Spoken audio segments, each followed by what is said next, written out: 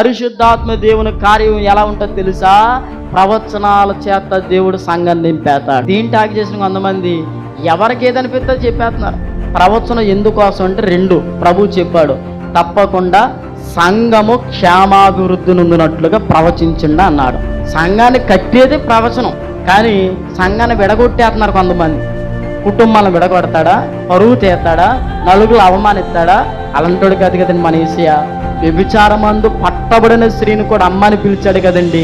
కాబట్టి గుర్తించాలి, ప్రవచనము అది నీ జీవితానికి క్షేమమైతేనే అది దేవుడిచ్చిన ప్రవచనంగా గుర్తించండి. నీలో దోషం ఉందనుకో 2 పద్ధతులు ప్రభు చెప్తాడు. దైవోచ్చన ద్వారా, వాక్యం ద్వారా ప్రభు బోధిస్తాడు, లేదా పర్సనల్గా దేవుడు ఏదో ఒక వ్యక్తి ద్వారా, అనగా దైవ సంబంధమైన వ్యక్తి ద్వారా నీకు బయలుపరచడు తప్ప సంఘములో మాత్రం పేరు పెట్టి నీ పాపను ఎత్తేవాడు పరిశుద్ధాత్మ దేవుడు కానే కాదు.